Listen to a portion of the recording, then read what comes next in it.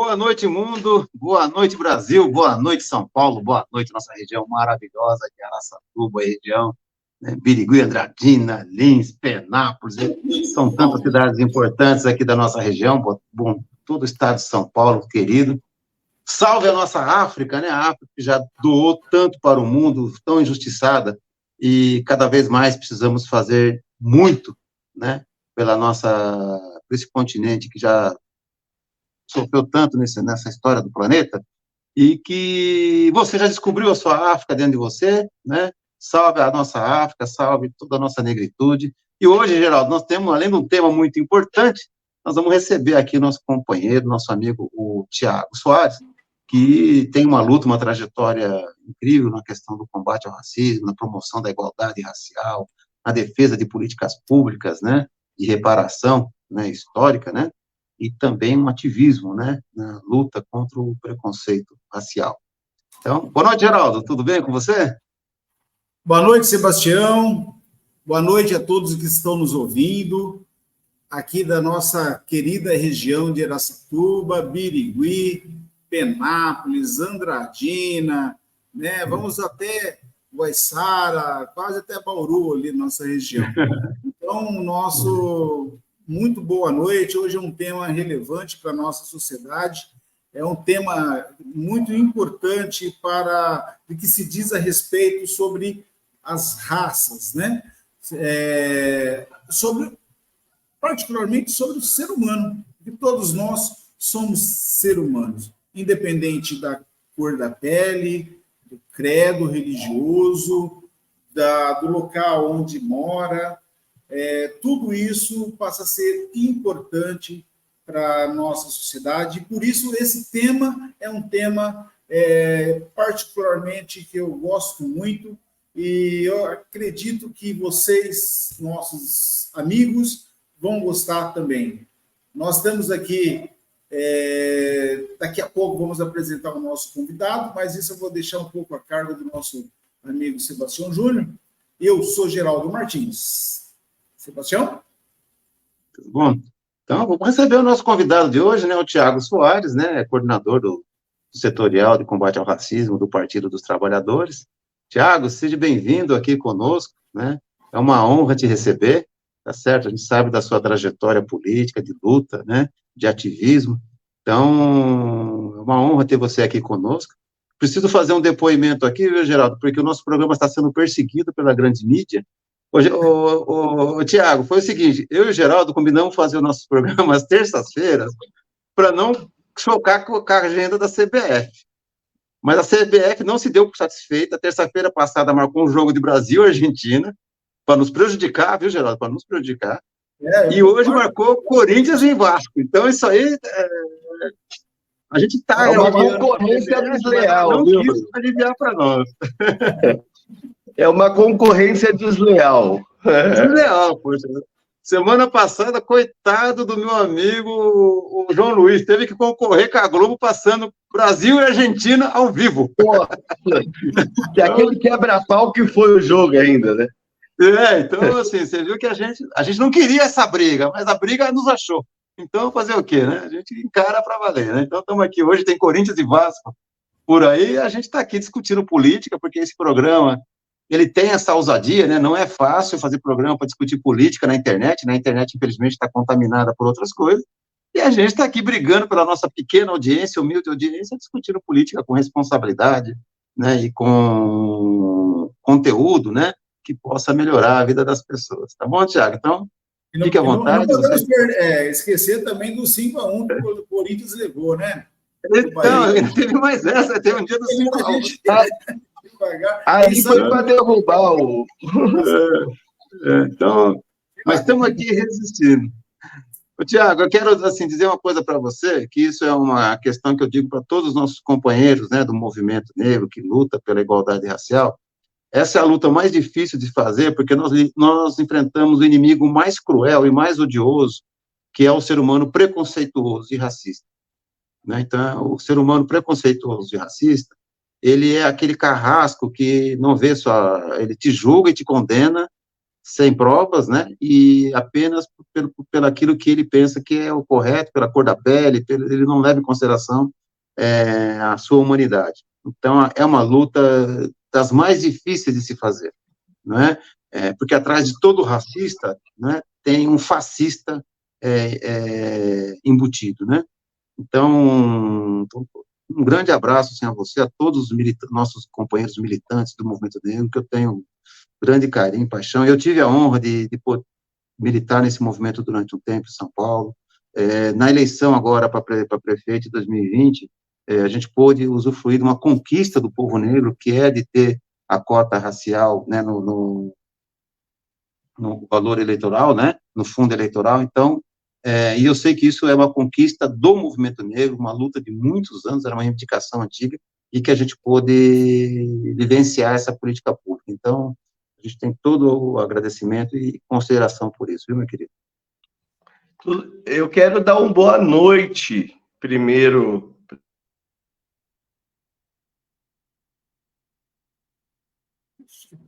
Travou, a internet está travando, né? Está oscilando. Tá bom, voltou? A internet voltou. Aqui está oscilando um pouco. Quero dar uma boa noite ao Sebastião Júnior, quero dar uma boa noite ao Geraldo Martins, a toda a região da nossa querida macro Araçatuba, região Araçatuba. O Geraldo falou que chega até ali nas costas de Bauru, então o território bastante extenso. Vai oscilar minha internet um pouco, porque aqui estou aqui em Guarulhos, moro em Guarulhos, e choveu bastante aqui, então eu acho que alguns momentos nós vamos ter alguns problemas. Mas quero agradecer a oportunidade, nós estamos no mês simbólico da luta antirracista, estamos em novembro negro, novembro de Zumbi dos Palmares, novembro de Dandara, e todos os nossos ancestrais. É um mês para refletir sobre o racismo no nosso país, mas eu falo muito, viu, Sebastião e Geraldo, é um mês também para a gente celebrar os nossos ancestrais. Porque se hoje tem liberdade, é porque alguém lá atrás lutou por ela. E eu, como homem negro, como homem que tem a consciência negra da importância daqueles que lutaram contra o racismo e lutam contra o racismo no nosso país, é importantíssimo eu celebrar os meus ancestrais, aqueles que vieram antes de mim, aqueles que resistiram mais praticamente 4 séculos de exploração, que foram sequestrados da sua terra natal, que é a África. Então, Novembro Negro também é para celebrar aqueles nossos que já passaram, né? Para refletir o presente, pensar o futuro, mas nunca, jamais esquecer do passado sangrento que o nosso povo passou e passa nesse país. Tiago, para a gente iniciar aqui o papo aqui, aprofundar um pouquinho mais, eu gostaria assim, que você pudesse definir o que é ser negro hoje, né? Porque meu pai, por exemplo, ele era negro, minha mãe branca, né? Eu sou mais ou menos branco, mas o meu irmão é mais ou menos negro. Então, assim, mas o meu sangue é a mistura de tudo isso, né? E aí parece que nos meus ancestrais ainda tem o indígena, tal. Então misturou tudo isso daí, né?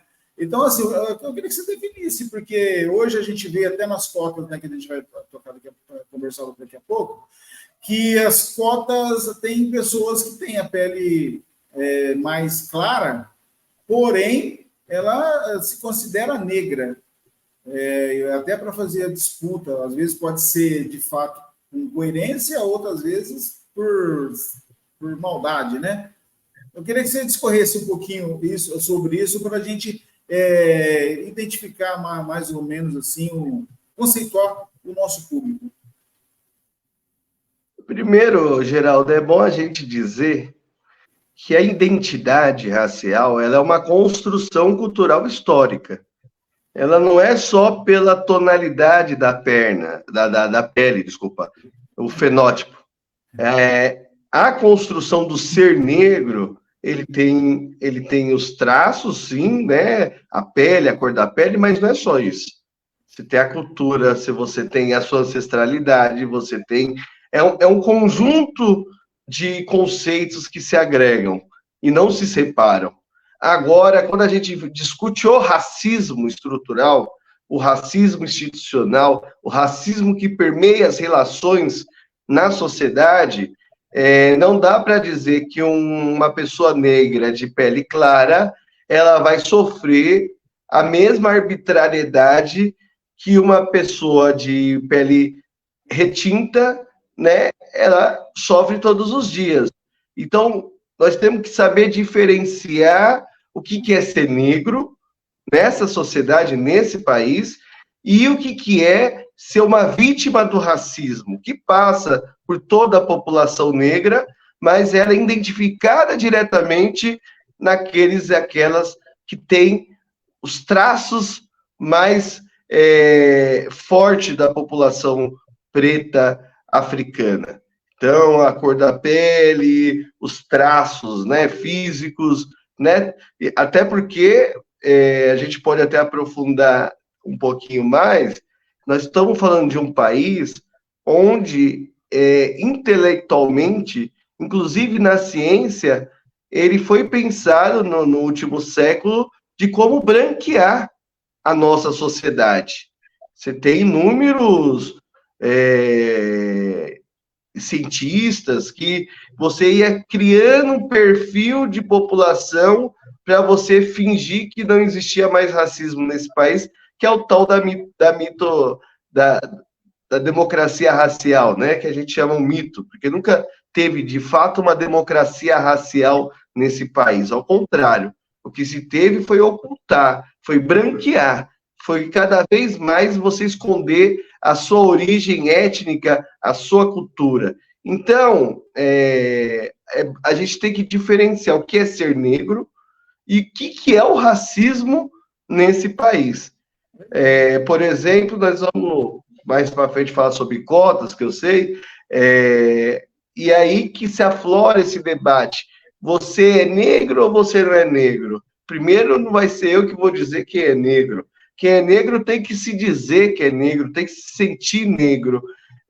Agora, quando você tem uma política afirmativa para poder proporcionar uma igualdade de oportunidade, seja na universidade, seja no concurso público, aí não tem como. Aí você tem que olhar quem de fato é mais penalizado.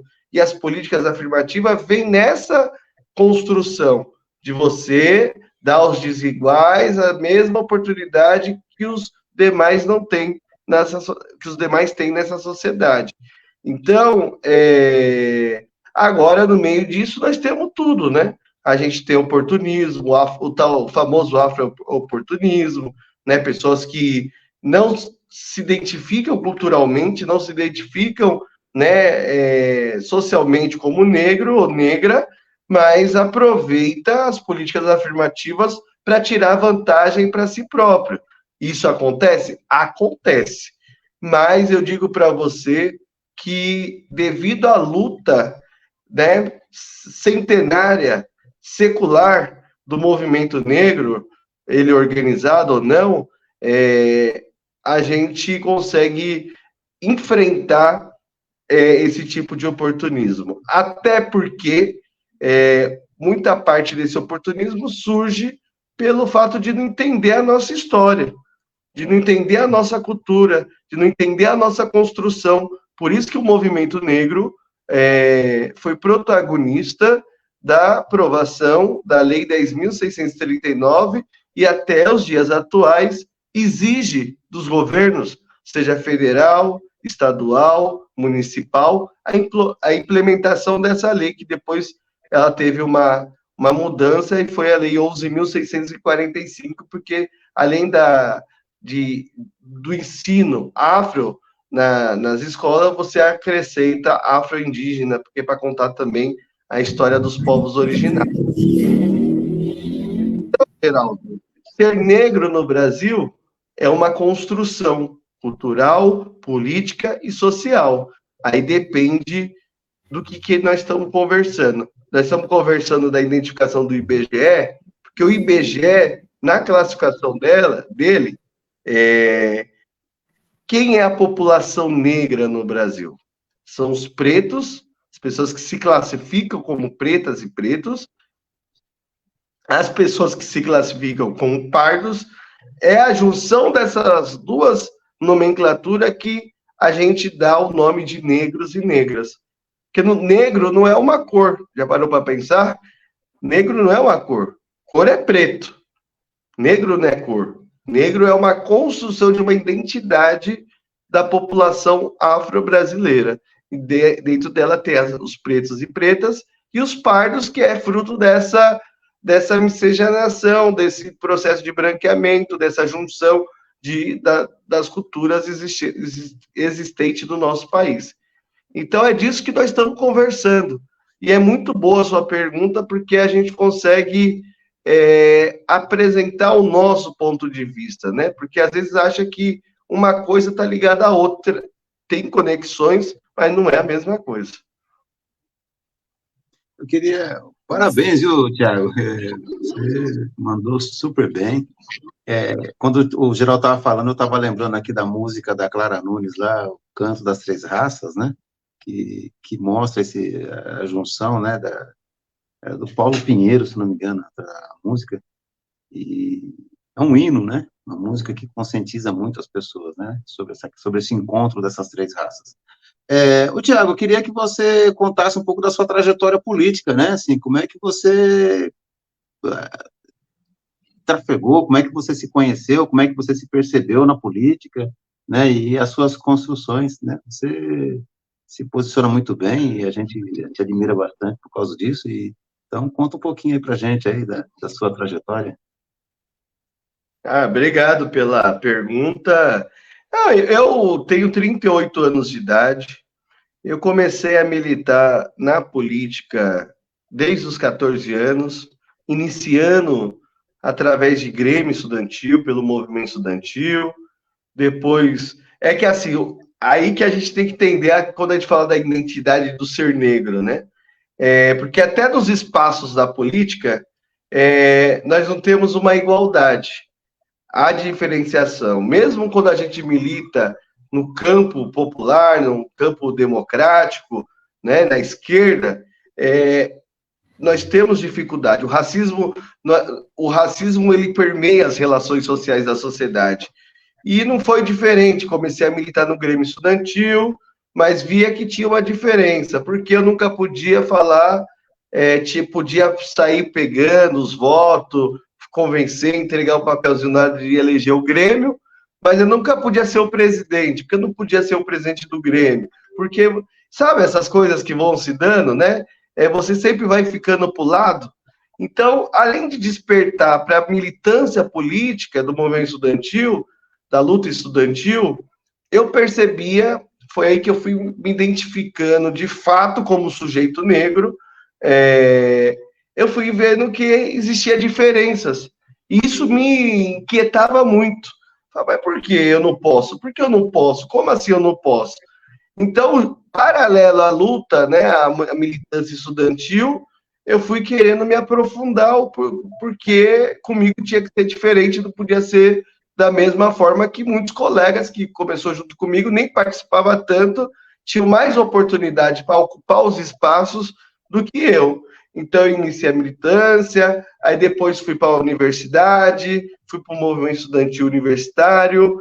Aqui em Guarulhos, eu fui eleito, comecei a participar do PT, porque eu, no finalzinho da década de 90, tinha uma crise na cidade, o prefeito tinha sido cassado, e quem estava na liderança, né, desse movimento contra o prefeito era o PT, né? Então tinha o Eloy, que era o deputado, tinha o Orlando Fantasini também, que era uma outra figura emblemática aqui da esquerda da cidade, que era do PT. Então, participava das manifestações, e fui tendo contato. Aí tive um professor, e ele que me apresenta o PT. E aí, a partir disso, eu fui, não saindo, mas fui mais focando na militância partidária do que na militância estudantil de fato. Nesse processo, eu sou eleito, viro secretário de juventude do PT aqui na cidade, começo a participar de um cursinho comunitário, que era ainda da Educafro, e depois a gente funda a Uneafro, né? Tenho participação na fundação da Uneafro, com muitas pessoas conhecidas, Douglas Belchior, a Elaine Mineiro, que hoje é vereadora na capital, e tantas outras pessoas. A gente funda a Uneafro, mas como eu era muito focado na militância partidária, eu fiquei mais focado na militância partidária. Uma parte desses companheiros foi para o PSOL, nós continuamos no PT. E nesse paralelo, olha que interessante, tinha uma organização de jovens negros e negras no Brasil todo, e eu não sei como a gente conseguiu organizar aquele encontro, que é o Enjune, Encontro da Juventude Negra, Encontro Nacional da Juventude Negra, e sabe como a gente se comunicava? Era por grupo de e-mail, não tinha o WhatsApp, gente. O WhatsApp é coisa nova, viu? Grupo de e-mail. Mandava e-mail, ficava esperando. E eu participei dessa articulação, aí eu me aprofundei mais ainda, né, no debate racial também, né, organização da juventude negra. Depois fui para a direção estadual do PT, fui coordenador setorial de direitos humanos. Estou hoje secretário estadual de combate ao racismo do partido, já no meu segundo mandato. Então, a minha militância ela é muito entrelaçada, vindo inicialmente da luta estudantil, depois aprofundo na luta partidária, né, na construção partidária, e nesse processo eu vou me encontrando com o movimento negro, né, mas nunca deixei de ter o laço da construção partidária. Então, muitas vezes perguntam, mas tinha que ser do movimento negro? Sou do movimento negro, mas que é partidário, eu sou do movimento negro petista. Então, essa é a minha construção na política. Fui também gestor de políticas públicas de juventude aqui na cidade de Guarulhos, quando a gente governava aqui a prefeitura. Então, tive uma experiência muito interessante na gestão pública, né? Tem um evento que até os dias de hoje o governo é um governo oposto ao nosso, mas que eles não conseguiram finalizar, que era a Feira do Estudante, e a ideia era o quê? Unir a política pública, pensando na juventude periférica e também a juventude negra, levando para um grande evento com universidades, cursinhos, e até hoje é o maior evento de estudantes da cidade, e sou muito feliz porque participei dessa construção. Então, esse sou eu, né? Sou fruto dessa luta, dessa construção coletiva, né, que permeia vários espaços. Você sabe que, desculpa, o Geraldo está ali se coçando para falar, mas Geraldo, só mais uma questão. É porque a gente deu uma missão para o Thiago, que é uma missão dura, porque a gente dividiu aí o tema, né? O tema da nossa aula de hoje é combate ao racismo, políticas de afirmação e reparação histórica. Cada um desses temas aí é uma tese de doutorado. Então, mas assim... Cada um é um programa. Então, mas assim, Thiago, sinta-se à vontade para discorrer aí sobre os três temas, como da forma que você achar. O Geraldo vai dar aí um norte aí para nós, tá bom? Não, Thiago, acho que é isso aí mesmo. Acho que você estava comentando muito bem, está dando uma visão geral para a gente, para quem não conhece, né, o que é o movimento negro, como que funciona todas essas definições. Eu acho que isso foi importante para a gente dar instrumento para que as pessoas tenham entendimento sobre o que é o movimento negro. O movimento negro não é simplesmente um movimento, né, ele defende as questões do negro, mas luta contra a discriminação, né, que eu acho que talvez seja o fator mais importante dentro desse processo, mas também do processo de afirmação do povo negro e que as pessoas... É preto, né, que é a maior definição. Eu estou colocando o negro como um conjunto, mas que elas possam estar inseridas também na economia, para que ela esteja inserida na política, para que ela esteja inserida também no mercado de trabalho, não simplesmente como o braçal.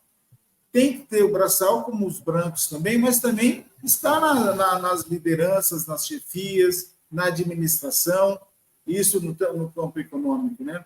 E nas universidades também a gente visualiza poucos professores negros, né, pretos. Na medicina a gente vê também poucas pessoas pretas.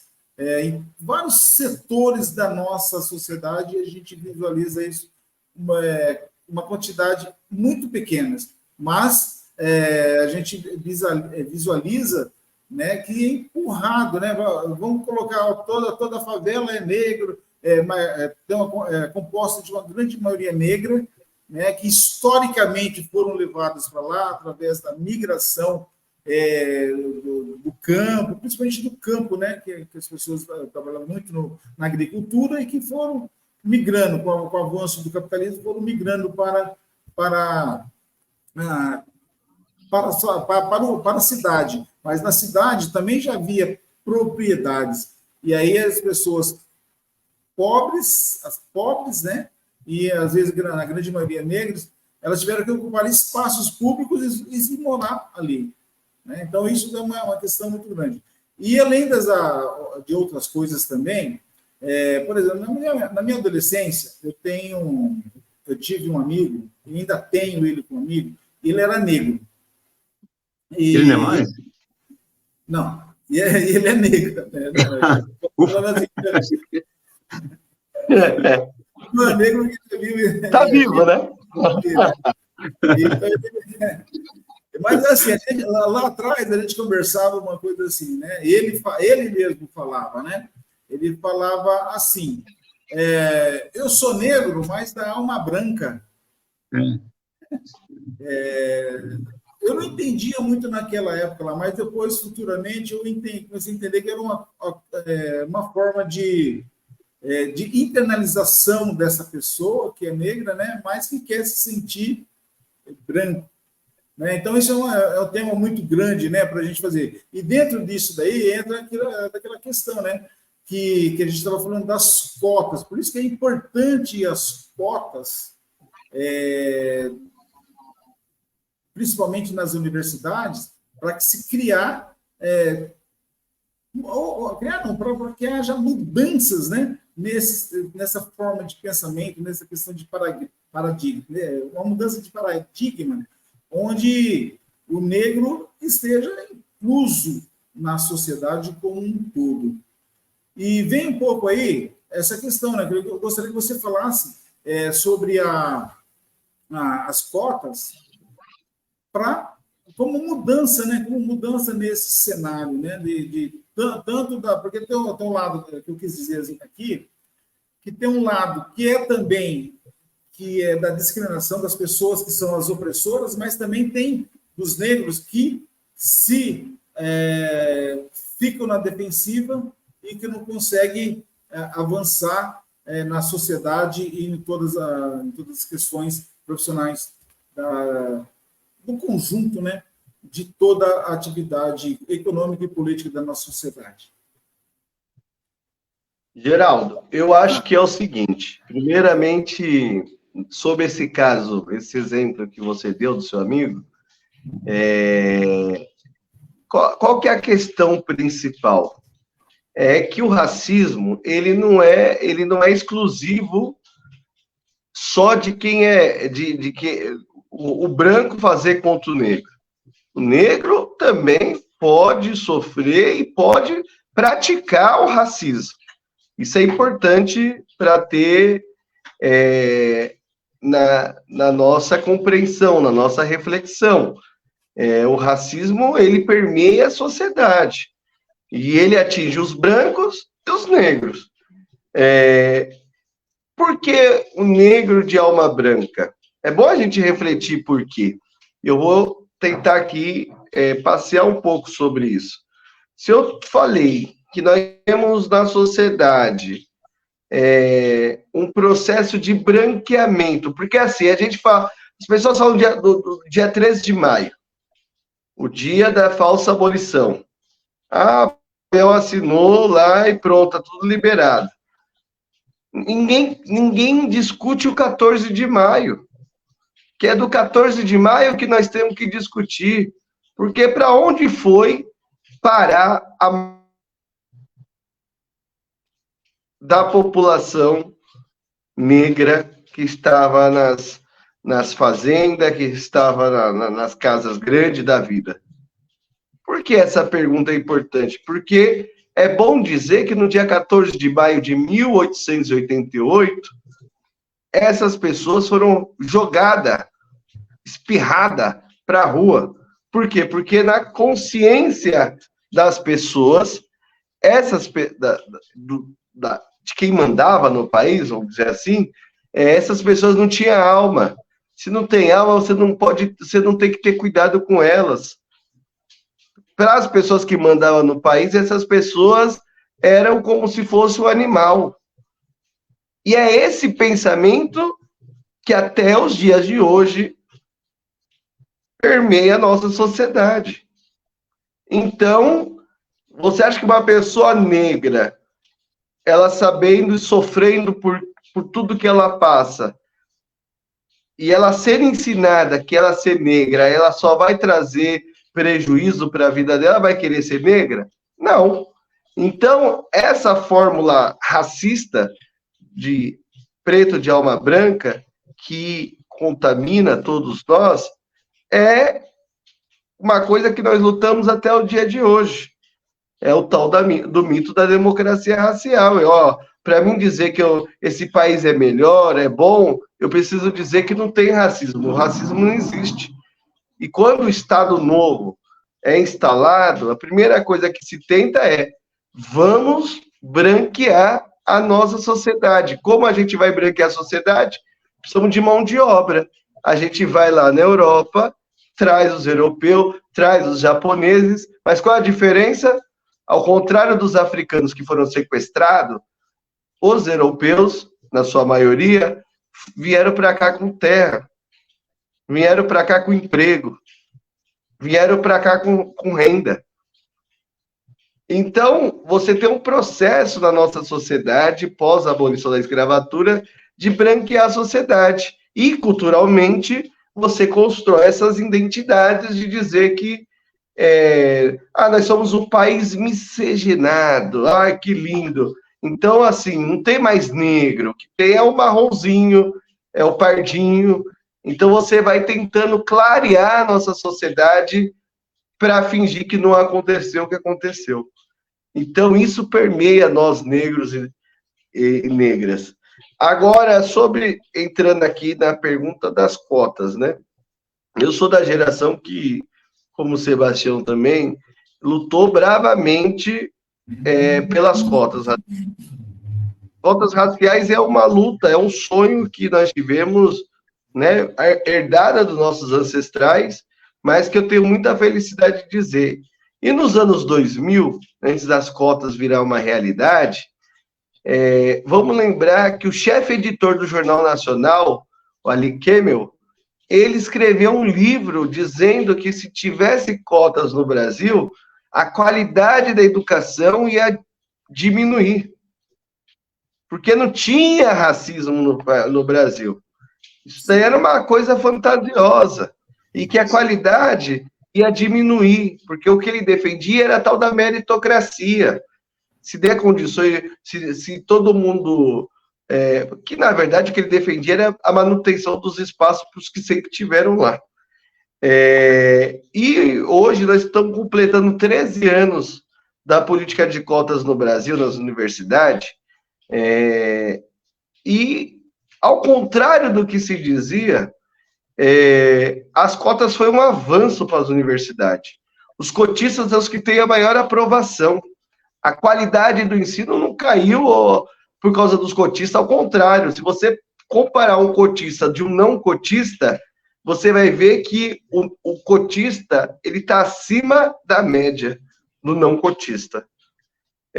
Então, caiu por terra a tese de que se tivesse preto, preta, negro, negra da universidade, a qualidade ia cair porque estava vindo da escola pública. Agora, nesse último período, também nós não defendemos só a cota pela cota. Acho que teve avanços, né? Porque o próprio movimento, o movimento negro é um movimento educador, né? É um movimento transformador. Então, também sempre constantemente está se renovando. E nós temos as universidades públicas, inclusive a Unesp, que é muito forte no interior, nós temos as bancas de heteroidentificação, porque para tentar conter as fraudes, para tentar conter o afro-oportunismo. Porque é aquilo que eu falei, ser negro é uma construção cultural, uma identidade. Agora, o racismo, de fato, é uma outra coisa. E as bancas de heteroidentificação, elas não analisam só o fenótipo, apesar de esse ser um elemento importante, mas ela também analisa a árvore genealógica da pessoa, da família, né? Se tem um parentesco, uma familiaridade, né, com a população negra. Eu tive recentemente com o professor Juarez Xavier, e ele é uma das pessoas que ajudou a organizar a banca de heteroidentificação na Unesp, e ele falou, ó, tem casos que a gente identifica como afro-oportunismo, mas a maioria dos casos que a gente tira é casos extremos, porque a maioria das pessoas passam, né? Então, porque também a gente não quer ficar apontando o dedo para ninguém, tem que ter uma certa coerência do que é o que é ser negro nesse país e porque eu quero aquela política afirmativa, porque nós estamos falando de política afirmativa, né? Para você tentar dar igualdade para aqueles que não têm condições, né? Então, a política de cotas, na minha avaliação, é um avanço. O presidente Lula, nesse mês, renovou, né? O Congresso aprovou para mais 10 anos, dessa vez incluindo os quilombolas, que até então não estava na política de cotas. Também tem a cota social para os estudantes oriundos das escolas públicas, né? E para as pessoas com deficiência. E uma novidade, porque o que estava acontecendo? Na disputa pela vaga, você colocava só as cotas já na primeira chamada. E aí o que estava acontecendo?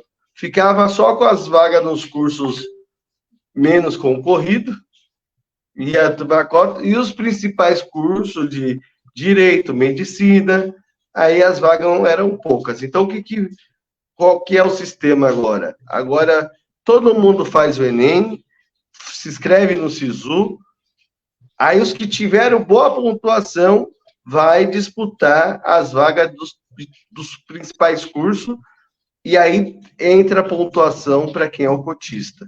Então, melhorou, né para poder disputar as vagas, né, que nós não queremos só ser professor, eu sou professor, tenho muito orgulho disso, mas nós queremos também ser engenheiro, nós queremos também ser advogado, queremos ser médicos. Então, eu acho que essa nova reformulação foi uma vitória, né, porque a gente antes, no governo anterior, a gente estava com medo de perder do Congresso conservador e se anular da política de cotas, mas, né, graças a Deus, Lula voltou e conseguimos renovar, provamos no Congresso e as cotas nós temos garantido pelos próximos 10 anos, e daqui 10 anos reavalia de novo para ver se de fato, né, como que tem sido a política de cotas no Brasil. Que eu acho que é importante também, né? A cada 10 anos tem que fazer uma avaliação para ver se de fato os jovens negros e negras tiveram acesso a essa política pública. E a ampliação dela para os setores do concurso público e para as questões corporativas, você também acredita, Thiago? Não, então, no setor público federal hoje já tem cotas, né? Inclusive o governo Lula tem uma meta, que eu ainda acho pouco, acho que tinha que ser um pouquinho mais, mas tem uma meta de chegar até 2026 com 30% dos cargos comissionados com pessoas negras, né? A população negra ocupando esses cargos. Eu defenderia 50%, porque é uma indicação política que você tinha condições de ter uma representatividade mais de fato da sociedade. Agora, no setor corporativo, ainda engatinha, né? No setor privado, ainda não é uma política. Apesar das grandes empresas, devido à política da ONU, ODS, exigir a equidade racial, então muitas empresas já têm se enquadrado, né? Já tem, vamos dar um exemplo maior, que era um símbolo de racismo, né? Todos os dias, a Rede Globo recentemente fez um encontro, negritudes, tal. Agora nós temos que tomar cuidado para não haver apropriação da nossa luta também, né? Fala que está defendendo a nossa pauta, mas na verdade está querendo se apropriar da nossa luta para poder vender, porque também tem esse debate. Perceberam que nós somos 56% da população desse país e consumimos. Sebastião? Não, é com você, Geraldo. Você que é o dono aí da plataforma, manda bala aí. Não, estamos aqui numa parceria, né? Parceria de algum tempo já, né? Nós estamos aí. Ô, Tiago, as políticas públicas, tudo bem, a cota é uma delas, né? Que a gente teve aí, que foi vitoriosa, e claro que toda política pública tem que ter um período onde se faça avaliação para que ela melhore, né? Ela tem que sempre estar se atualizando para sempre melhorar, e tomara que a política pública chegue a um ponto, nesse caso aí, que não tenha mais a necessidade das cotas, né? Porque aí a sociedade já está dentro de uma grandeza fantástica, que é um pouco difícil acontecer. Eu acho que vai ser, por muito tempo, isso ainda vai ter que acontecer. Mas, na sua opinião, quais outras políticas públicas deveriam estar presentes, ou talvez até no governo Lula, ou pela luta dos movimentos sociais? Quais as principais outras bandeiras, outras políticas públicas que são possíveis de ser implementadas dentro da política brasileira, né? Dentro da realidade brasileira? Geraldo, eu acho que nós temos alguns desafios. Um ainda na área da educação. As cotas é uma política de tantas outras que nós necessitamos. Eu acho que a implementação de fato da Lei 10.639, que lei é essa? É a lei que disciplina o ensino da história afro-brasileira, afro-indígena nas escolas. Eu acho que esse é um grande desafio, porque um povo que conhece a sua história, que sabe de onde vem, ele tem uma consciência. Nós estamos no mês da dita consciência negra, que é por ela que nós lutamos. Então, para nós, da luta antirracista, da luta do movimento negro, é central continuar persistindo, né, que a Lei 10.639 seja implementada de fato, você tenha, como é que fala, investimentos concretos. Hoje já tem uma certa introdução dessa política, mas ainda está muito distante da nossa necessidade. Então, acredito que a implementação de fato da lei é importante para nós, porque a educação que move a nossa sociedade, a transformação de uma sociedade como a nossa, é a educação, é as pessoas estarem formadas, estarem refletindo, ter uma reflexão crítica da sociedade. Então, esse é um desafio. Um outro desafio para nós, não tem jeito, é a segurança pública. Ainda nesse país se mata jovem, preto, periférico, todos os dias pela sua cor da pele. Se tem uma bancada de heteroidentificação que não erra, Geraldo e Sebastião, sabe qual que é? É o da polícia. Aquela ali nunca erra quem é preto e quem é branco nesse país. Então, nós precisamos ter uma nova segurança pública, uma segurança pública cidadã, né, que trate todos os cidadãos de forma igual e não diferenciada. E aqui eu não estou falando nada de não ter polícia, de não ter... Estou falando um outro debate. A gente está discutindo uma segurança pública cidadã. Não é um debate se a polícia vai estar ou não com arma. Não é esse o debate. O debate, que polícia nós queremos? Aqui é uma polícia cidadã, porque quem mais mata é o policial e quem mais morre, quem mais mata é o policial negro e quem mais morre é o jovem negro. O mesmo policial que mata é o que também pode ser vítima dessa violência. Então, nós defendemos radicalmente uma nova política pública de segurança pública, porque a política de segurança pública desse país, ela é pensada, ela é organizada de forma racista. E nós não podemos ter medo de dizer e de apontar o dedo da necessidade de se pensar, né, uma nova política de segurança pública. E o outro desafio que eu acredito é a gente, de fato, mudar a composição, né, política da população nos espaços de poder. Não dá para um país onde eu digo que em torno de 56% a 60% da população é negra, e quando você olha no Congresso Nacional, não chega nem a 10%.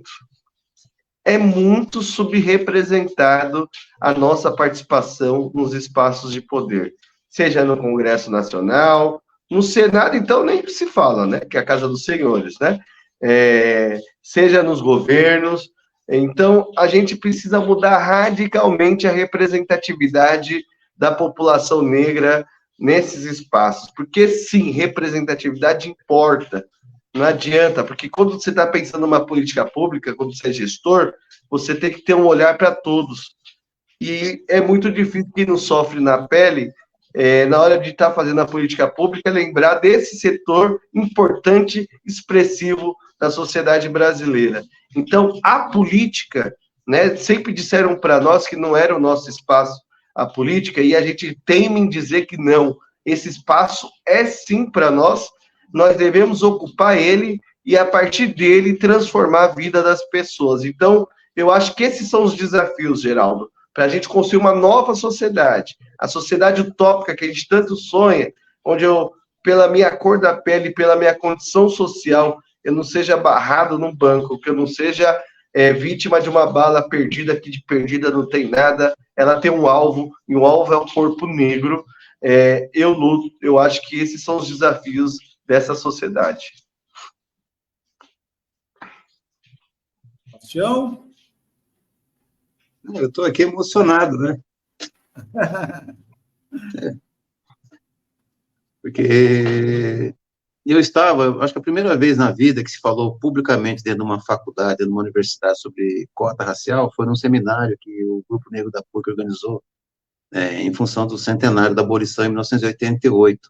Né, e aí foram convidados diversos intelectuais, e foi um tema que tomou conta da universidade naquela época. A PUC debateu muito, outras faculdades debateram muito.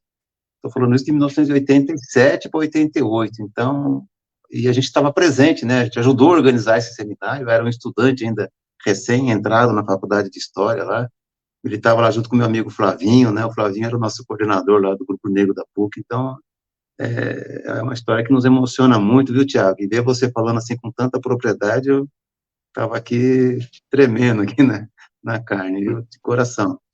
Você sabe, Geraldo, e nesse período da faculdade, eu li é uma pena que eu já procurei lá nas minhas coisas e eu não acho esse texto. Era um texto do Samora Machel, onde ele falava justamente sobre a indiferença do mundo com a situação da África, né? E eu acho que foi a primeira vez ali, eu acho que o Samora Machel não tinha ideia de que ele estava construindo a grande frase "vidas negras importam", porque ele questionava justamente essa hipocrisia do mundo, né, a indiferença com a África. Por que o mundo se recusava a pagar a sua dívida com a África, né, gastava-se dinheiro com tantas guerras, né, e o mundo, a Europa, né, tão esclarecida, né, tão inteligente, não paga a sua dívida histórica com a África, né. E é uma dívida. O povo negro nunca exigiu vingança, mas a gente cobra o pagamento dessa dívida. É uma dívida que talvez eu não receba, mas eu quero que os meus filhos recebam, meus netos recebam, a sociedade nova receba o pagamento dessa dívida em política pública, que é o que a gente sempre cobrou. Políticas públicas para fazer a reparação histórica, não tem outro caminho, são as políticas públicas que vão fazer, né? Então, Tiago, olha, nós estamos aqui com 50 minutos de conversa, né? Tem assunto aí, né? Esses 3 temas que eu te dei aí, cada um deles é motivo de uma tese de doutorado, tenho certeza disso, você discorreu, assim, super. Se fosse uma banca aqui, você tinha 10 com louvor, tá certo? Porque discorreu esplendidamente bem, eu estou muito satisfeito do que tudo que eu ouvi, me senti muito representado. Quando você falou aí da segurança pública, né, lembrar que nós temos hoje um ouvidor da Polícia Militar, o nosso querido irmão, né, o Claudinho, fazendo um trabalho, assim, todo dia eu aplaudo ele e peço para que todos os nossos santos protejam esse nosso companheiro, porque a missão dele não é pequena e ele tem feito isso com uma grandiosidade tremenda. Espero convidá-lo para poder participar aqui conosco. Você nos ajude aí no convite, né? Ele vai ser, assim como você, ele sempre será bem-vindo aqui no nosso humilde programa. Tá bom, Geraldo? É contigo, nós estamos a 51 minutos, né? Deixa eu devolver a bola aqui para o meu coordenador. Olha, Geraldo. Não, nós estamos aqui. Tiago, na verdade, assim, a gente estava falando aqui sobre a luta, né, o protagonismo aí dos esportistas, dos artistas, enfim, uma série de organizações, de classes, de clubes, tal, que estão sendo protagonistas dentro desse processo. Mas a gente lembra, por exemplo, da democracia corintiana, já que a gente falou do futebol, e nós tínhamos o Vladimir, que era negro, né? Preto, né? Ele é ainda, viu? Eu sei também. Em relação a isso daí, né? Mas eu sou um pouco mais pelo senso comum dentro dessa lógica aí. Mas o Vladimir, por exemplo, já estava naquela época lá, já com um pezinho ali na defesa, né, contra o racismo, na defesa não, né? Na luta contra o racismo, né? Bem de leve, bem de forma suave, mas recente mesmo teve eu esqueci o nome lá daquele jogador. O Vini Júnior. Vini Júnior está sofrendo terrivelmente, isso é um absurdo. Isso promoveu toda essa violência, né? Então, isso significa o quê? Que está tendo, sim, um protagonismo. Você acredita que isso vai refletir, ou já refletiu, no mundo político, ou no mundo econômico? Enfim, o que você acha disso? Eu acho que, assim, até no ato que nós fizemos aqui em São Paulo, em solidariedade ao Vini Júnior, lá na frente da embaixada da Espanha, eu acho, minha fala foi nesse sentido, trazendo a solidariedade para o Vini Júnior e dizendo para ele, né, vocalizando a ele que o gesto dele não ia ficar parado naquele dia, mas que o gesto dele ia carregar muitas gerações. Meu filho pode se inspirar no Vini Júnior. Ele pode entender que contra o racismo não é o silêncio, contra o racismo é o enfrentamento, é desconstruir, é enfrentar. Então, eu acho que claro que reverbera na sociedade, nos espaços de poder, né, nos núcleos de poder, mas não, se você me perguntar se sensibiliza, eu digo que não. Sabe por que não sensibiliza? Porque ainda, quando eu falo dos espaços políticos de poder, né, nós temos um Congresso, por exemplo, hoje, Congresso Nacional, extremamente conservador, eleito por essa sociedade. Então, como eu vou exigir de um Congresso daquele, de um parlamento daquele, e ter uma sensibilidade, sendo que uma parte considerável dele, não todos, né, porque tem pessoas nossas lá, mas uma parte considerável dele aplaudia o cara que matou mais de 600 mil pessoas, que negou vacina para as pessoas, que diz que o negro quilombola pesa arrobas. Então, eu não sei se chega essa sensibilidade, mas eu digo para você que na sociedade você consegue abrir muitos corações e mentes E isso, para nós, é muito importante, porque se a gente não chega nos corações e mentes das pessoas, a gente não consegue convencer elas da importância dela estar conosco nessa luta. Eu sempre digo para todo mundo, a luta antirracista, ela não é exclusiva dos negros e negras, ao contrário. Não fui eu que inventei o racismo. Não sou eu que perpetuo o racismo. Então, o enfrentamento ao racismo é uma luta da sociedade, de toda a sociedade.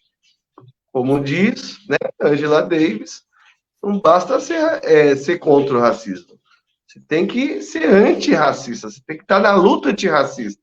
Então, eu acredito nisso. Eu acredito que figuras como o Vini Júnior pode inspirar muitas gerações, como eu fui inspirado pelo Mano Brown, como eu fui inspirado, né, por tantas figuras icônicas, né, da década de 90, né? Então, eu acho que é isso que move a sociedade, né? E é isso que a gente tenta plantar cada dia, Geraldo, né? Plantar esperança, plantar, dizer que nós não vamos desistir da luta, apesar dos nossos ainda estarem morrendo, nós não vamos abaixar a guarda, mesmo sabendo as desigualdades que ainda existem. Então, eu acredito que a nossa função, a função da sociedade, formadores de opinião dessa sociedade, é plantar sementes e que essas sementes logo serão regadas e vão dar grandes frutos. E aí, esses frutos podem ser aquela sociedade que a gente tanto sonha. Não, legal. Nós já estamos aqui finalizando aqui a nossa participação, né? Já com 57 minutos, mas ainda tem uns minutinhos ainda aqui para a gente fazer. Eu gostaria de saber sobre a sua perspectiva do governo Lula em relação às políticas públicas voltadas ao movimento negro. Rapidinho. Eu acredito que nós tivemos... É um desafio, porque a política de promoção da igualdade racial ela foi desmantelada desde o golpe, né, da presidenta Dilma Rousseff, governo Temer, Bolsonaro, acabou com as políticas públicas de promoção da igualdade racial. Então, nós estamos no processo de reconstrução dessas políticas públicas. A prorrogação da política de cotas é um avanço, a política de 30% nos cargos comissionados é um avanço, o Estatuto da Igualdade Racial, nós precisamos que ter a coragem, e o governo tem que ter essa coragem, de discutir o fundo para o Estatuto da Promoção da Igualdade Racial, porque política pública de enfrentamento ao racismo e de promoção da igualdade racial sem dinheiro não é política pública. A participação popular, né, nós vamos ter a Conferência Nacional de Promoção da Igualdade Racial, eu acho que é um marco importante, porque ouvir a sociedade também é uma forma de mover, de pressionar o governo para que ele cumpra, né, os seus compromissos. E a representatividade, nós precisamos ainda melhorar, apesar de saber as dificuldades que são, porque, como eu falei, nós temos um Congresso conservador, o campo de esquerda não fez a maioria dos deputados e deputadas, então tem que fazer composição, mas nós temos que ter a coragem dessa composição de trazer, e não é só a questão de ser negro ou negra, é pessoas comprometidas com a luta antirracista. Esse é o debate nosso. O debate nosso não é de coloração, o debate nosso é trazer pessoas que conhecem a nossa história, que sabem da nossa luta e produz políticas públicas de enfrentamento ao racismo e de promoção da igualdade racial. Apesar das contradições, eu estou muito animado. Eu acho que nós já tivemos algumas entregas aí nesse último período e temos condições de avançar muito mais, né, seja em pauta legislativa ou seja pauta de construção de política pública no governo. Então, eu estou muito animado, eu acho que nós temos uma boa perspectiva aí pela frente, mas aquela coisa, né? Se não pressionar também, não sai, porque o racismo, infelizmente, permeia toda a sociedade. Bom, para a gente finalizar, Quero agradecer a todo o público, né, que nos assistiu, ou que vão nos assistir futuramente, né? Agradecer você, Sebastião Júnior, aí pela integrar nossa bancada aqui de comentaristas, né, esportistas, inclusive, que a gente deve ali. E é o Tiago que, na verdade, acabou dando uma aula para a gente, aprendi muito hoje, né? Eu não conhecia muito sobre o movimento negro, hoje passei a ter uma visão diferenciada e, com certeza, vou cada vez mais, já me policiava bastante, mas agora vou se policiar cada vez mais, porque, às vezes, o racismo também se encontra naqueles pequenos detalhezinhos que a gente nem percebe, né? Então, eu vou se despedindo, Sebastião Júnior depois na sequência, e depois o Tiago finaliza aí a nossa live, o nosso estudo, né? Praticamente, nosso estudo de casa aqui. Grande abraço a todos. Ô, Geraldo, foi um prazer passar essa noite aqui com você, né? Assistindo essa aula magna aqui que o Tiago nos proporcionou. Tiago, você está de parabéns, meu querido. Sabe, é de gente como você que a nossa luta precisa. Então, conte sempre com o nosso apoio, porque você tem nosso prestígio. É nosso convidado, assim, eu e Geraldo, a gente está na tese de um dia poder fazer um podcast ao vivo, né, num estúdio, né? O estúdio vai ser aqui em Araçatuba, mas você, não sei se você já conhece Araçatuba, mas você é nosso convidado a estar presente aqui em Araçatuba, quando você quiser caminhar por aqui, fazer reuniões, sinta-se à vontade, tá certo? Não precisa se preocupar com o hotel, que sempre tem a casa de um companheiro que dá para ficar.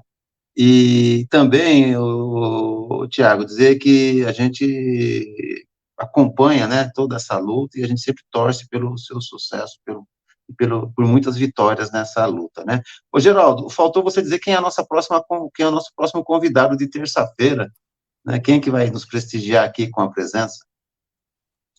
Sim, a gente vai vamos fazer um pequeno debate a respeito das mulheres e as mídias sociais, né? É uma dinâmica totalmente diferente e dinâmica totalmente nova, e principalmente das mulheres progressistas. Eu acho que é o grande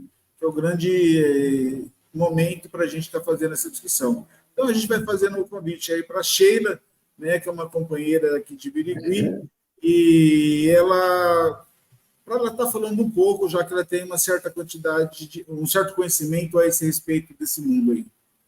Maravilha. Então terça-feira que vem, acompanha aqui a Sheila, petista, né? A Sheila é um fenômeno da internet aqui do interior, uma pessoa que todo mundo ama de paixão, vai ser um prazer imenso recebê-la aqui. E, Tiago, vamos ver suas considerações finais, deixa seu abraço aqui para o nosso povo aqui de Araçatuba, região, do mundo e da nossa África, né? Descubra que todos nós aqui, cada vez mais, assumimos nossa África presente no nosso sangue e no nosso coração. Eu quero deixar um abraço ao Geraldo, ao Sebastião, a todos aí da região de Araçatuba. Conheço um pouquinho, viu, Sebastião? Araçatuba, mas como você vai fazer um podcast agora, quando tiver estúdio, me avisa que eu faço questão aí para ir gravar ao vivo com vocês. Mas 1 hora não vai dar, não, viu, Geraldo? Vai ter que ser umas 2